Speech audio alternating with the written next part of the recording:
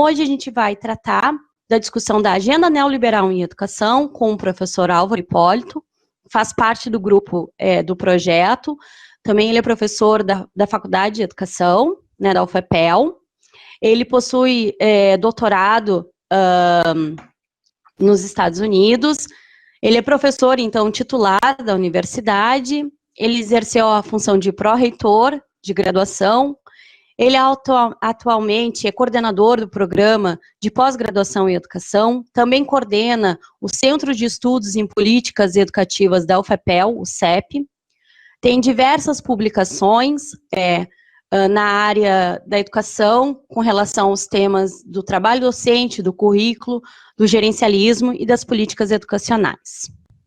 Então, professor Álvaro, pode começar a sua fala. Obrigado, Simone.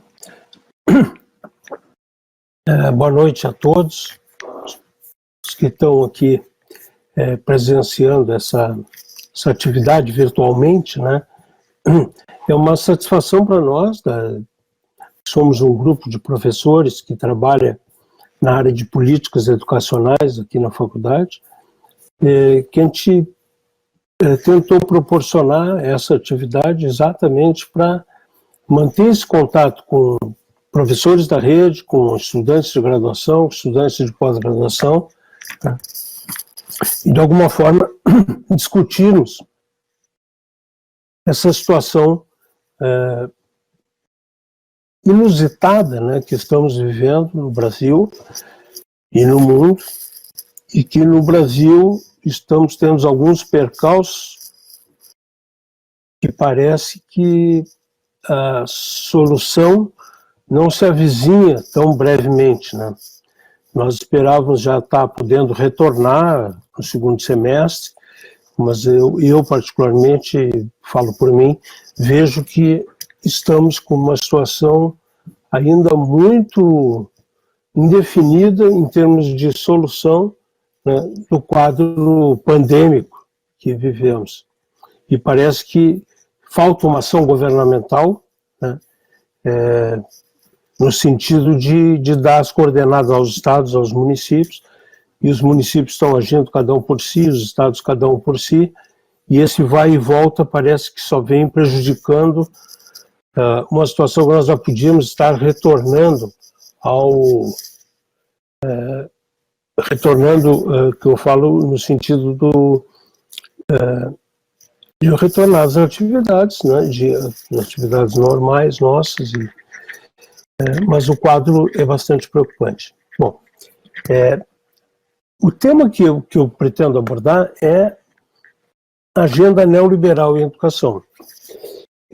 Portanto, eu precisaria aí falar um pouco sobre o Estado, né, noção de Estado, teoria de Estado um pouco, mas eu acho que na primeira atividade que tivemos, a nossa preocupação foi um pouco essa.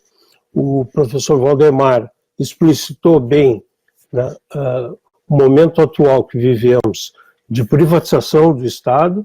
Ele focou mais nas universidades, no ensino superior, mas é o quadro que está colocado, assim como a professora Dalila também tratou do direito à educação e do papel do Estado nessas questões, né? E, todavia, eu preciso fazer pequenos comentários a respeito do Estado, né? A agenda neoliberal, ela surgiu no Brasil, desculpa, ela surgiu no mundo nos anos 80 e início dos anos 90, né? Principalmente em dois países, nos Estados Unidos e na Inglaterra, com o governo da Margaret Thatcher, e nos Estados Unidos com o governo do Ronald Reagan, que começaram questionavam muito o que eles chamavam de crise fiscal do Estado.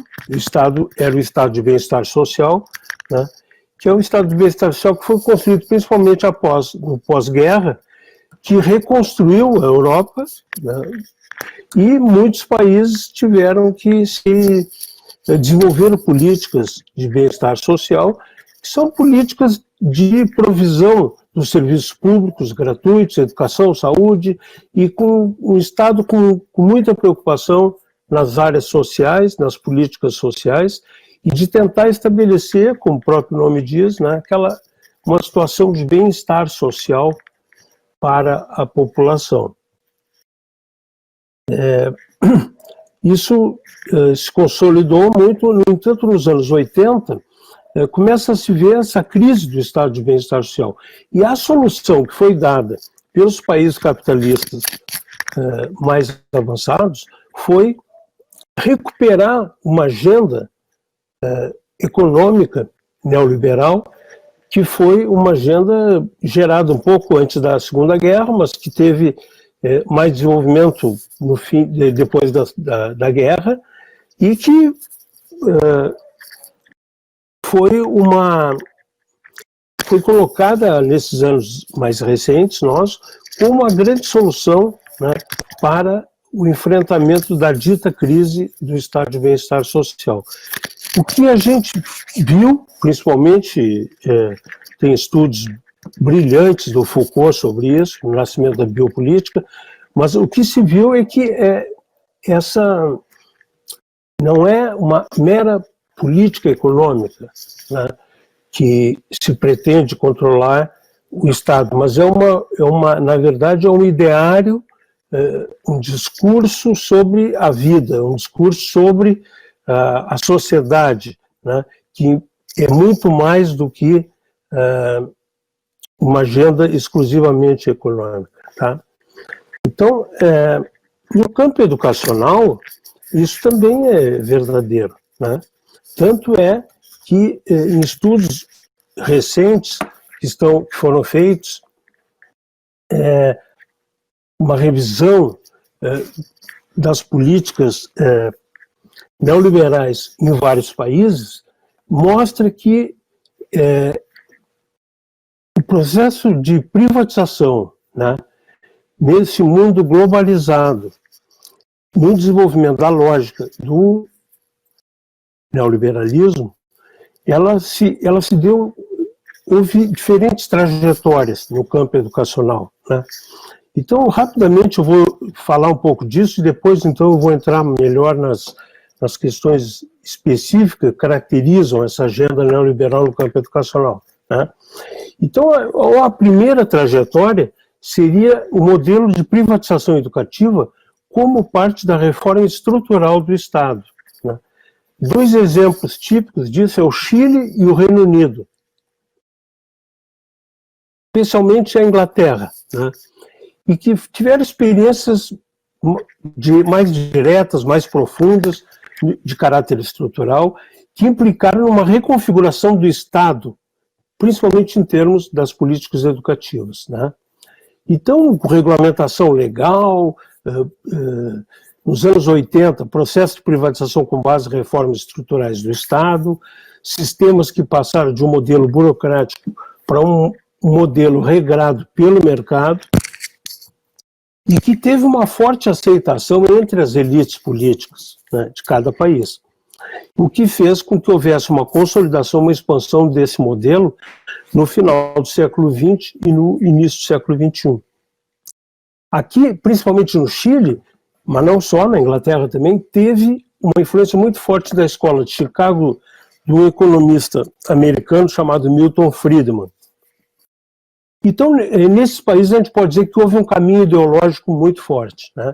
E o objetivo principal foi de que as políticas de privatização não se construiriam somente na introdução de mecanismos de mercado em educação, nem no envolvimento do setor privado para a provisão da educação. Não, em termos políticos, o principal objetivo, né, consistiu em alterar o papel do Estado no campo educativo.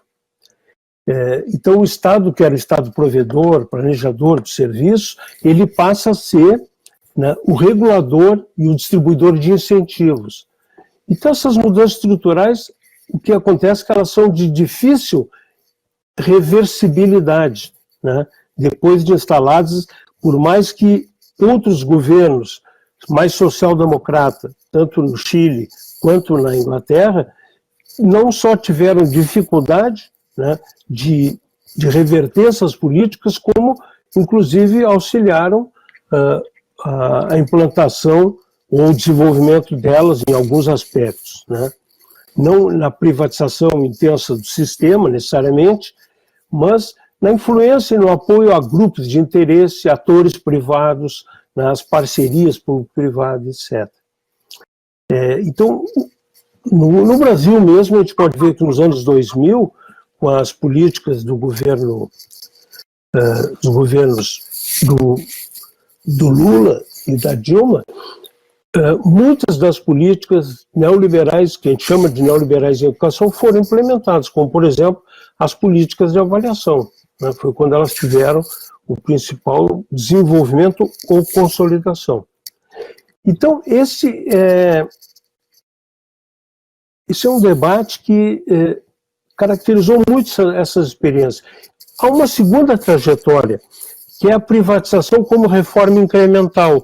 Ela não se deu de forma ampla e abrangente, por exemplo, Canadá, Colômbia e os próprios Estados Unidos. Os Estados Unidos, como é uma federação, é um país com 50 estados, e cada estado tem muita autonomia, né? Teve dificuldade de implantar uma reforma única. Então, o que se viu foi o incentivo, né, de ir incrementando reformas gradualmente, regionalmente, em alguns estados, em outros, né? Então, durante o governo Clinton, por exemplo, houve desenvolvimento das escolas charter, que são escolas públicas, mas com financiamento estatal e gerenciada privadamente, né? E só mais recente no governo do George Bush é que, com um programa chamado No Child Left Behind, que é nenhuma criança deixada para trás, e depois com o Obama, a corrida para o topo, né, é que houve, vamos dizer, programas nacionais de grande incentivo. Então, em 2012 e 2013, 42 estados nos Estados Unidos, por exemplo, tinham aprovado a legislação a favor das escolas charter. A política de vouchers, que é uma que existe no Chile, e que se trata do pagamento para os pais de um valor X, né, para que eles escolham as escolas e paguem por elas, então escolas privadas ou escolas conveniadas privadamente, também se desenvolveu muito nos Estados Unidos, mas é um tema ainda polêmico. Uma terceira trajetória do neoliberalismo, vejam, o neoliberalismo se alastrou globalmente, dos anos 80 para cá, mundialmente, globalmente, né? Inclusive em países onde o estado de bem-estar social é muito forte, que é o caso dos países nórdicos, Dinamarca, Suécia, Finlândia e Noruega. Então, mesmo nesses estados, quer dizer, não ocorreu as soluções de mercado típicas, como ocorreu na Argentina, no Chile, na Inglaterra, nos Estados Unidos, no Chile, inclusive, com a privatização de escolas, né? Escolas, com incentivo a escolas particulares, e etc. Não, lá nesse país, na Finlândia, por exemplo, não existe escola particular, é só ensino público. Mas lá houve, o que se tratou,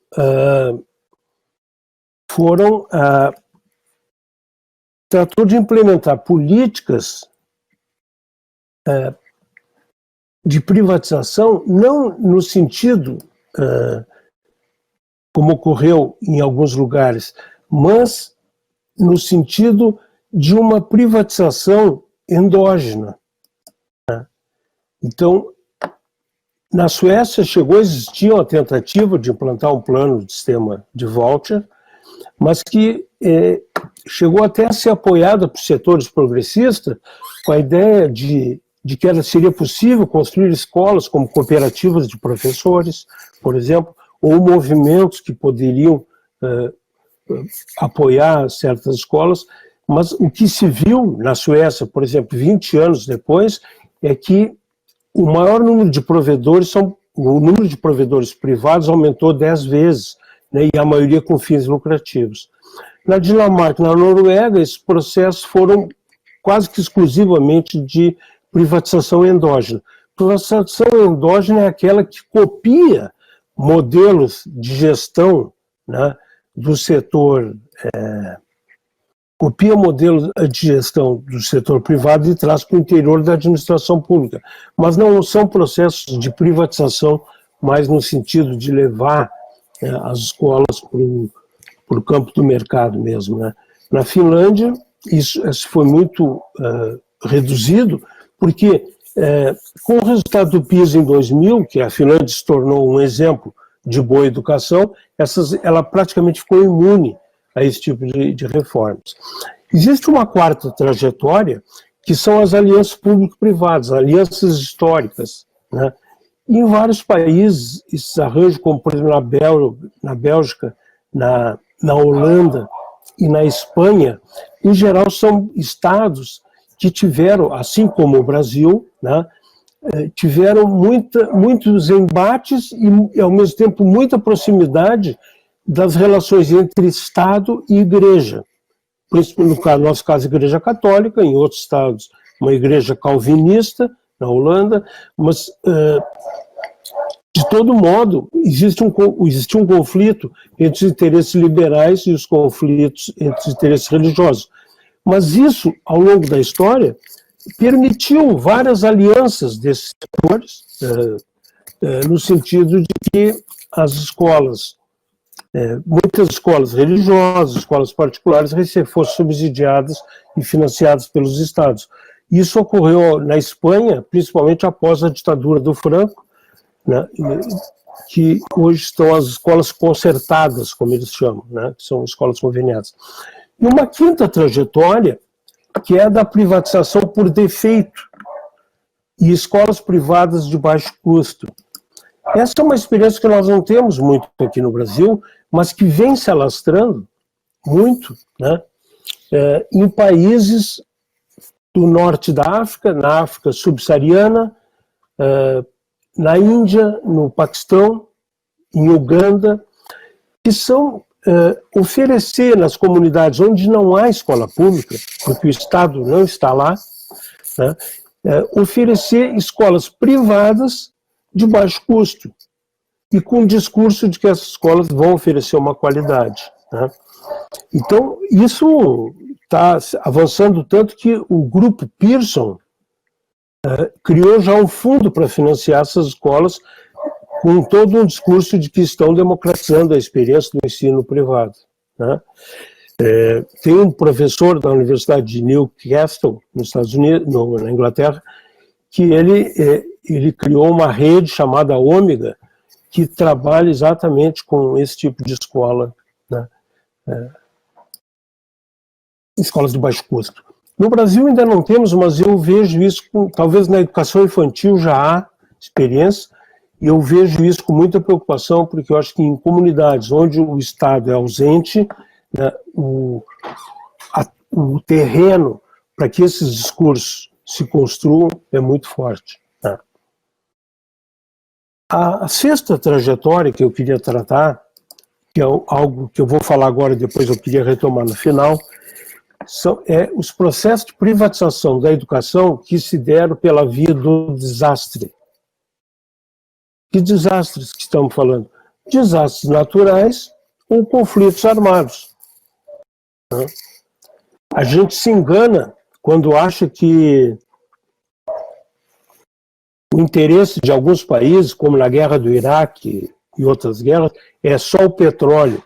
Não, não é só o petróleo. Muitos grupos econômicos ganharam dinheiro com a reconstrução da Europa depois da Segunda Guerra.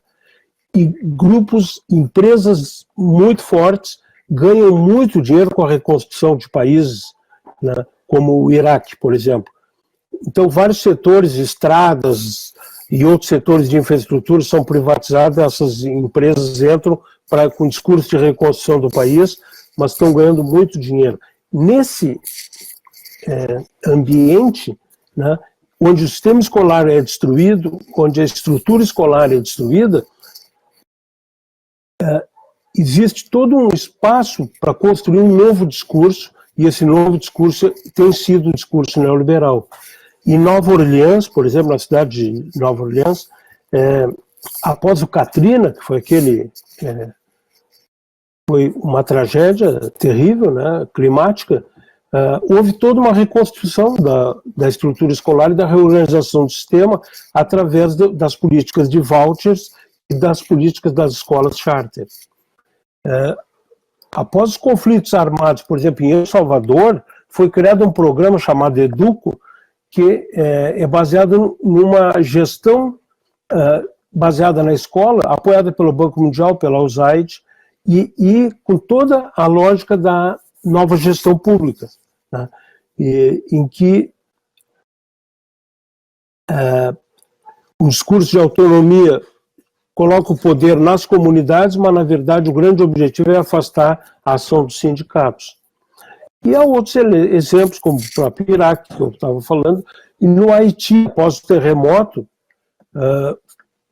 foi criado um sistema também de vouchers no Haiti pela USAID. Tá? Bom, no Brasil, eu queria ainda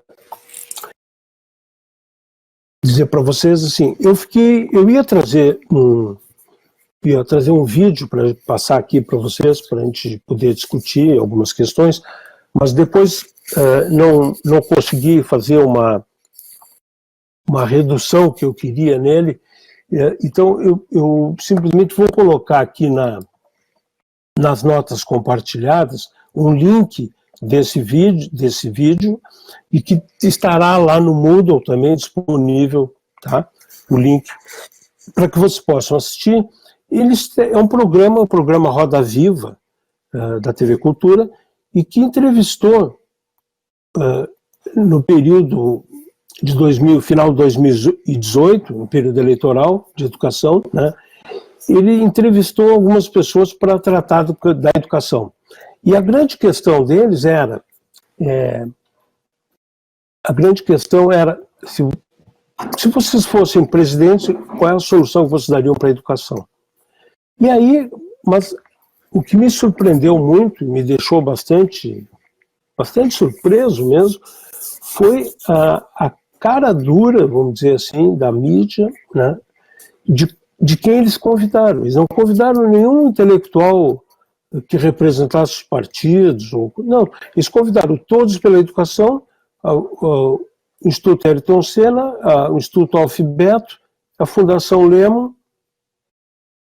e mais um outro professor da USP, que trabalha também com uma lógica meio parecida, e que fizeram essa discussão trazendo, e ali eu acho que eu quero disponibilizar isso para vocês, porque eu acho que ali vocês vão poder enxergar muitas do que são as políticas, qual é a agenda, afinal, né, do neoliberalismo para a educação no Brasil, tá? Então, eu deixei ali nas notas compartilhadas, tá? Mas a agenda neoliberal, para tratar da agenda neoliberal no Brasil, é evidente que nós temos que tratar da agenda neoliberal global, né? Eu acho que a gente vive, talvez com maior ênfase, numa daquelas trajetórias que eu estava falando, mas, principalmente, a grande característica da educação neoliberal, ela está baseada nesse movimento, né, chamado GERM, que é o Movimento de Reforma Educacional Global. Tá? E esse movimento ele tem como princípios, olha aqui, traz como princípios, quais são os princípios do GERM? É a padronização, a descentralização e a accountability. A accountability é uma palavra que em inglês ela é uma palavra para dois sentidos, né? Então, quando traduzimos ela para português, por vezes podemos traduzir como prestação de contas e por vezes podemos traduzir como responsabilização, né? E tem muita relação uma coisa com a outra, mas dependendo do contexto aplicamos uma ou outra. Então, vejamos, a padronização tem a ver quais são as definições de principais políticas. No campo da padronização, é a prescrição de um currículo nacional e estabelecimento de padrões de qualidade.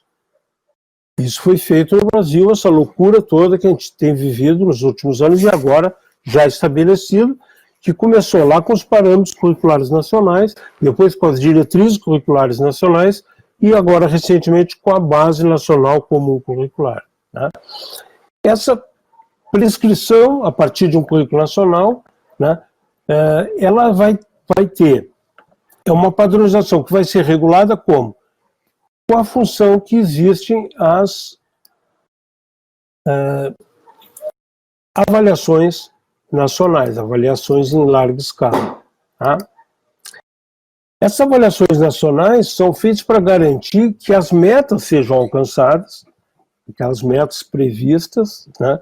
Todas as escolas devem seguir o IDEB, todas as escolas devem... Bom, então se estabelece um padrão e a avaliação vai regular isso. A descentralização também tem como definição e principal política a transferência de competência e autoridade de governo central para níveis mais locais de gestão.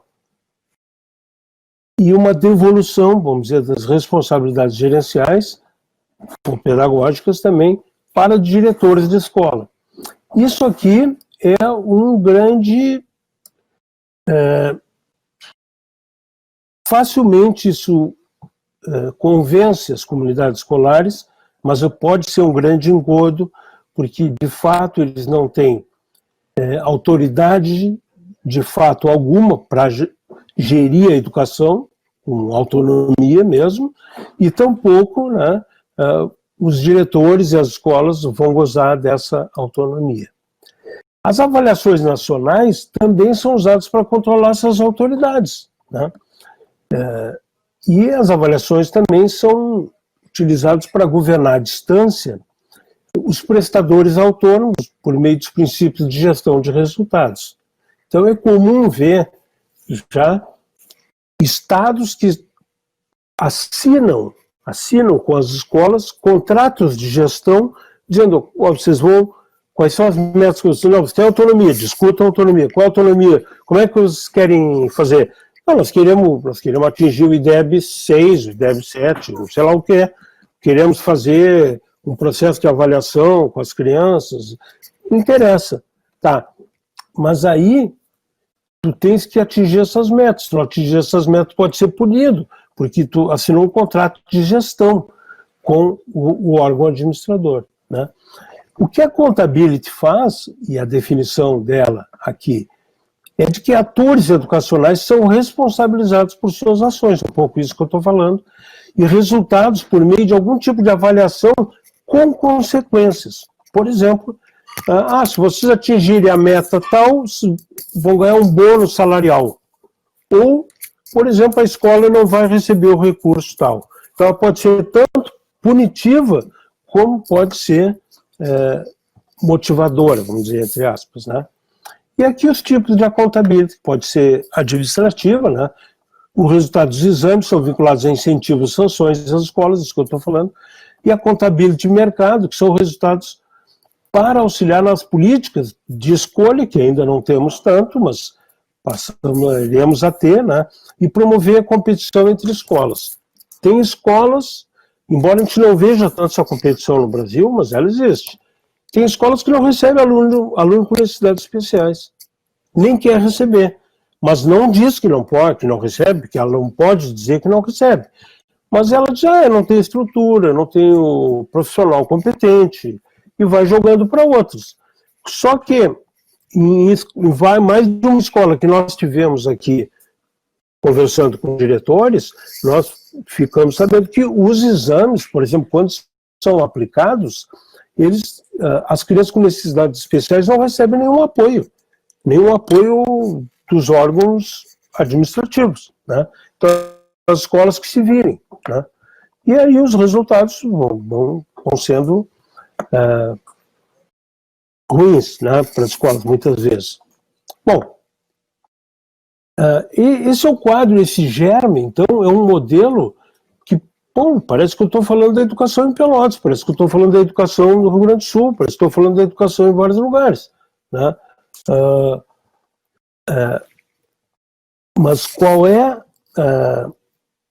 essa realidade aqui? É global, ela foi elaborada, esse termo aqui, germe, ele foi elaborado pelo ministro da Educação da Finlândia. Ele que cunhou esse termo, Global Education Reform Movement. Existe um movimento global, né, de reforma educacional, com essas características aqui. Tá? Bom,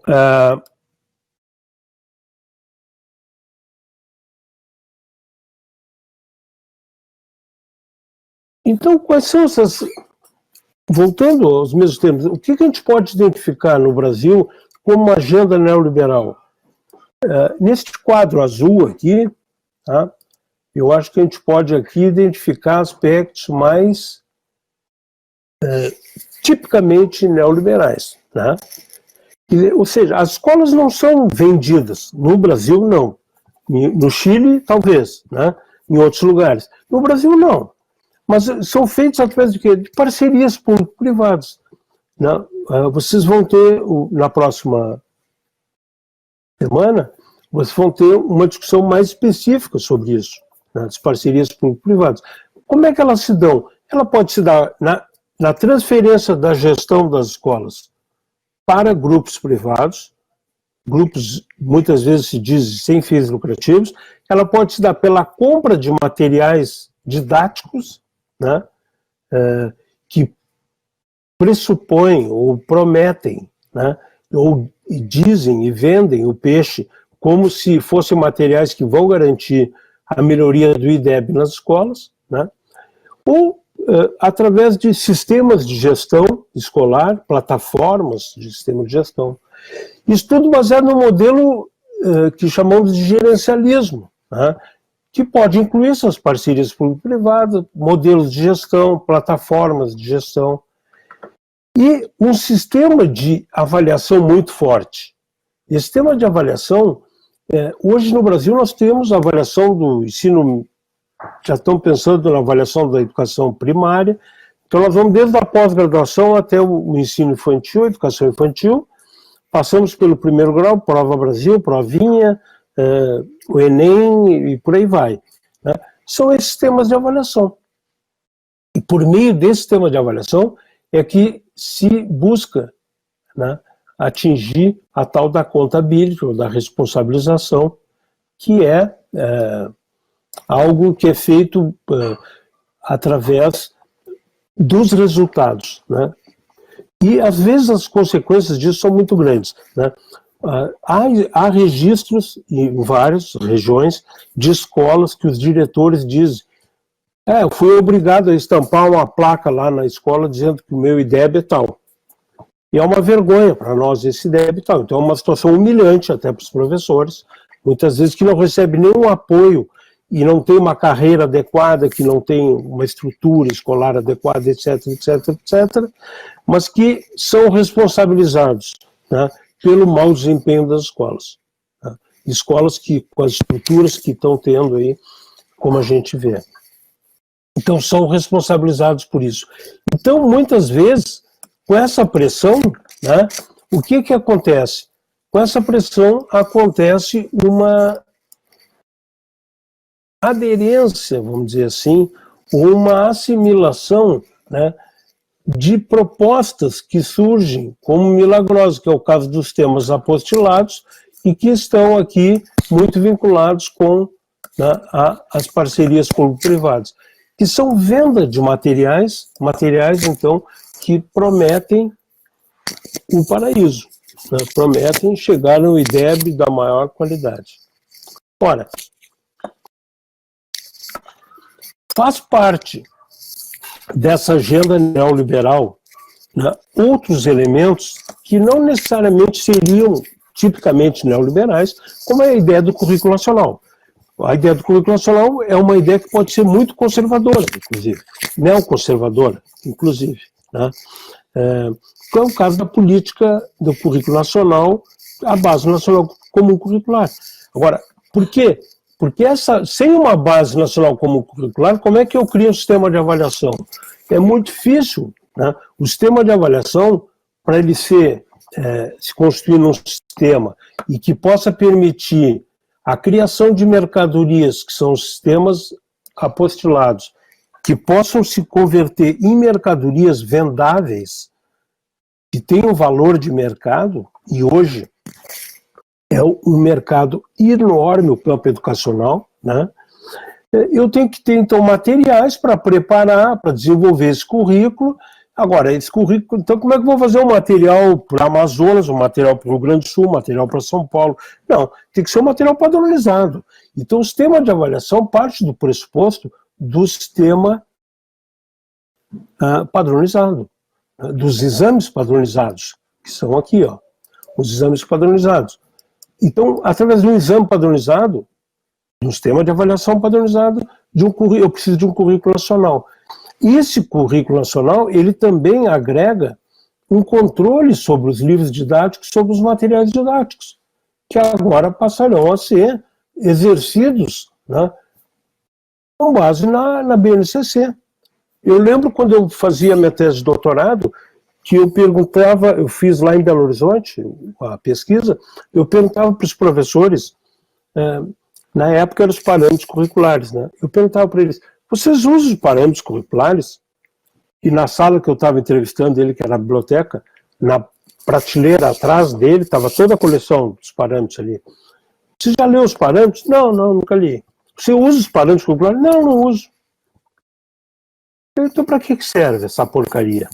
Desculpem a palavra, né? Para que servia? Aí quando começa a conversar com o professor, você usa livro didático?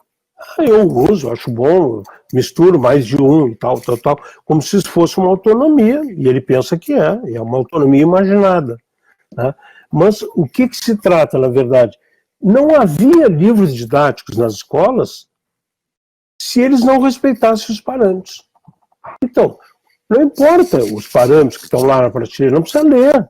Eles estão nos livros didáticos, eles estão nos materiais, né? Então, era assim que se processava. Hoje é igual, hoje é a BNCC, é a grande questão, é a BNCC, né? Então, esse é o ponto. Então, também, nessa forma, existem sistemas de gestão para controlar o trabalho dos professores e para controlar o que é ensinado e até como é ensinado, porque os professores são regidos pelo tempo, eles têm que cumprir os programas, eles têm que seguir regras, então eles acabam utilizando materiais didáticos prontos ou sistemas apostilados, né? Então, essa agenda aqui, esta aqui que eu estou falando, ela tanto tem características neoliberais como tem características neoconservadoras, poderia ter, né? Mas não é isso que eu quero falar, eu estou só mostrando que elas podem ser articuladas. Então, aqui nessa placa cinza, vamos dizer assim, estão mais uma agenda mais neoconservadora, tá? Não vou falar nisso, outro dia vocês vão poder discutir isso, né? Mas a gente já vê nas escolas a pressão da escola sem partido, a ideia de uma homogeneização cultural, e a BNCC vai estar relacionada com isso, certamente, tá? E isso tudo na verdade, um processo de empobrecimento curricular, é isso que acontece, né?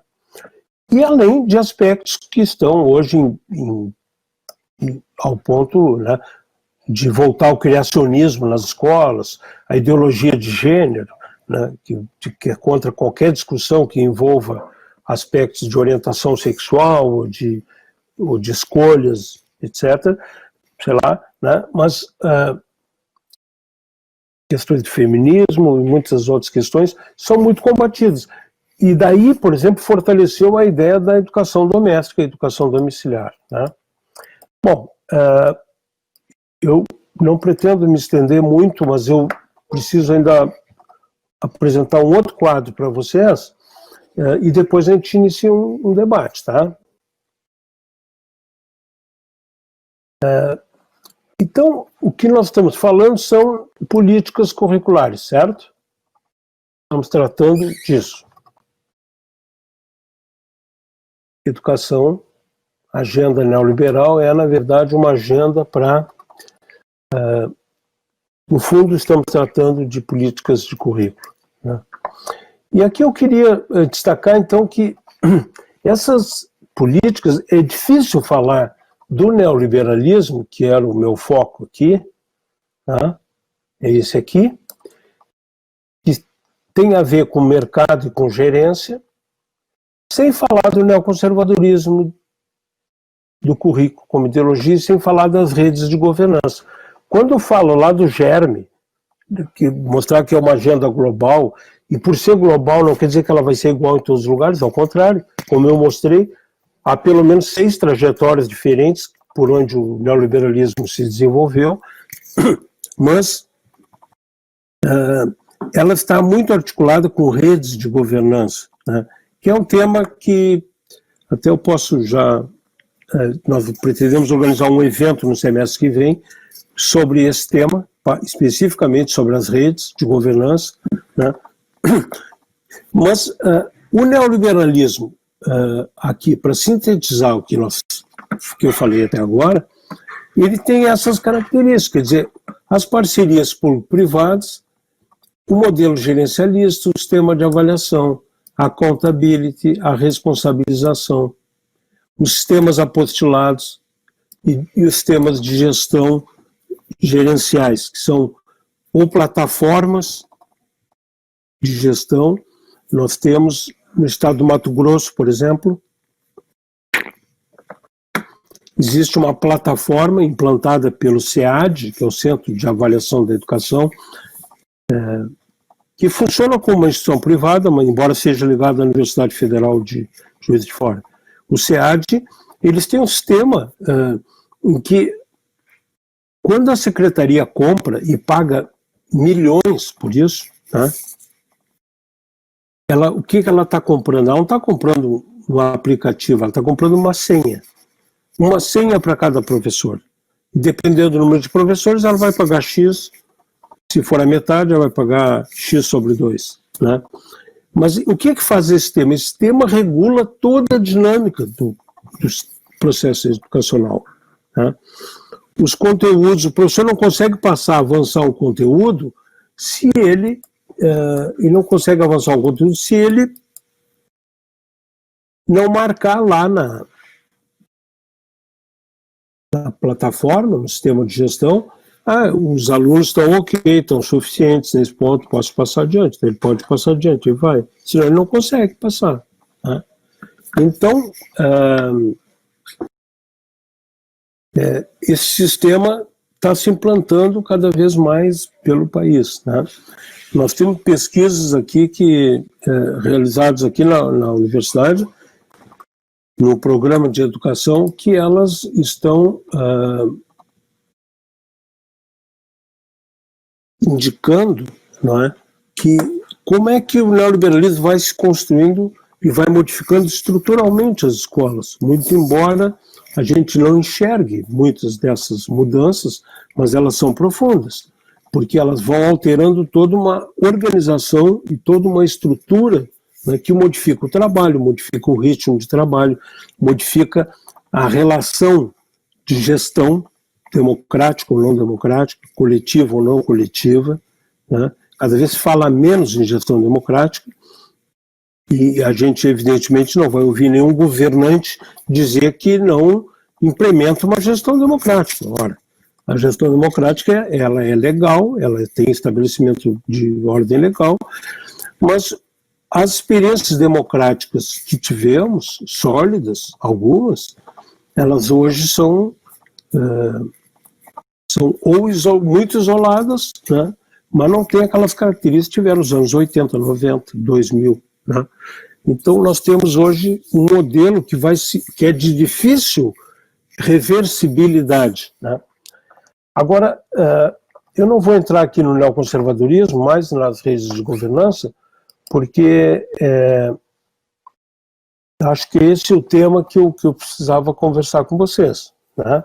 A gente pode entrar em detalhes agora mais em nível de escolas, mas eu queria, antes de encerrar, dizer uma coisa. Vocês lembram no início da minha fala, eu falei da sexta trajetória. A sexta trajetória, que é típica em alguns lugares que se implementou as políticas neoliberais, elas são fruto de tragédias, ou climáticas, ou de conflitos armados, ou outra forma de tragédia, né? Como a atual que estamos vivendo. Eu queria dizer que nós temos que ficar muito atentos, porque a pandemia, esta pandemia, ela está fazendo com que a educação passe por mudanças que talvez sejam muito mais profundas do que estamos imaginando.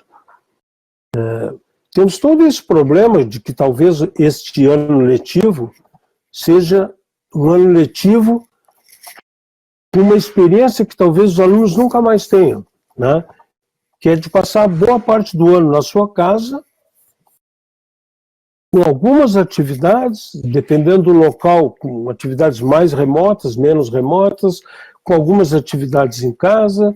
Bom, não sabemos até onde isso vai ainda, mas vai ter uma estrutura, está tendo uma estrutura de alteração da educação. O trabalho docente está já sendo afetado por isso, né? No sentido de que envolve a formação para tecnologias, a introdução de tecnologias com ou sem informação, e por aí vai, né? Há várias características. As escolas não têm estrutura para isso. O que está se avizinhando é que para o ano que vem, o orçamento da educação já está quebrado. E às vezes a gente pensa, bom, mas por que estaria quebrado se praticamente não se gastou esse ano? Não, mas o problema é que há uma vinculação, né, entre o ano civil e a arrecadação. Então nós estamos passando por uma crise de arrecadação, nós estamos tendo que investir recursos, seja para o auxílio social, aqui não estou discutindo o caráter disso, né, talvez tivesse ter até mais ajuda do que está tendo, mas o que importa é que muitos recursos que o Estado não estava prevendo, ele está tendo que utilizar ou na saúde, ou vai ter que usar na saúde, os municípios, os estados, ou usar para assistência social, porque o desemprego é grande, por isso, por aquilo. Então é o seguinte, a previsão que alguns especialistas estão fazendo é de que vai haver um déficit muito grande para os recursos em educação. Então, vejo, introdução de novas tecnologias, novos materiais, os professores tendo que passar por processos de formação diferentes, nós não sabemos até onde essa pandemia vai, com menos recursos do que necessitaríamos e estaria previsto, cria-se todo um terreno favorável, né, um terreno fértil, vamos dizer assim, para a introdução de novas políticas de cunho gerenciais e gerencialistas. Em outra palavra, com características neoliberais, né? Há várias políticas que estão passando aí quase que todo dia, né? Privatização de empresas e coisas que a gente não consegue nem reagir, porque estamos nessa pandemia, e isso talvez ocorra com a educação. Eu queria alertar isso porque se mexer muito nas estruturas, a possibilidade de reversibilidade disso é muito grande.